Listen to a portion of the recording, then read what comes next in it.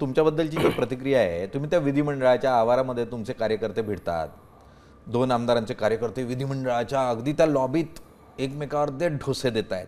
महाराष्ट्रात अशी संस्कृती नव्हती राजकारणाची, कुठून येते नाही? महाराष्ट्राची ही संस्कृती आहे का? एका जनतेतून निवडून आलेल्या आमदाराला कुणीतरी कार्यकर्ता येऊन काहीतरी बोलतोय, वाकडं तिकडं बोलतोय, त्याच्यावर चर्चाच नाही झाली. एका आमदाराला बाहेरचा माणूस येऊन वाईट बोलतोय, तो मराठाचा अपमान नाही का संस्कृतीचा तुमच्या? का गोपीचंद काय बोलत तर चालतंय? तो काय त्यात जमेत नाही? हे बघा, त्या विधिमंडळामध्ये कोण काय कोणाला बोलतं ते आम्ही विधिमंडळात पण बघतो, ठीक आहे. तर ते शाब्दिक चकमक आणि ठोसे याच्यात फरक आहे की अजून? शाब्दिक चकमक होत आहे ना. चला, विधानसभेचे आमदार बोलले एकमेकांना विधिमंडळाच्या पर्यंत, ठीक, समजून घेऊ. त्यांचा कोणीतरी सपोर्टर माणूस पण येऊन बोलतोय, हे कितपत योग्य आहे?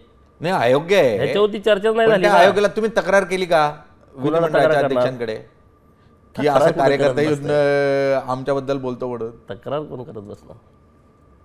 थेट विधिमंडळामध्ये म्हणजे मूळ काय आहे की तुम्ही ठीक आहे, कोणी आरेला कार्यकर्ता ठीक आहे. मला तुम्ही सांगा, मी एका विधान भवनाच्या एका पायरीवर कोपऱ्यात आहे, तुझा व्हिडिओ बघा अगोदर.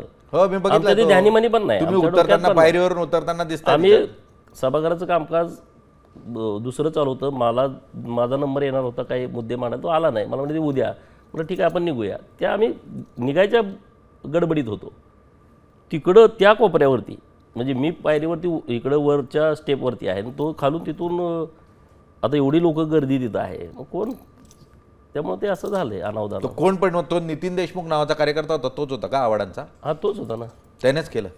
मग तुम्ही ठरवून आणले होते बॉक्सर? नाही नाही, काय माझ्याबरोबर रोज मुलं असतात, असं काय नाही. अगोदरची व्हिडिओ चेक करा ना. ते काय ठरवून कशाला मी आणतोय?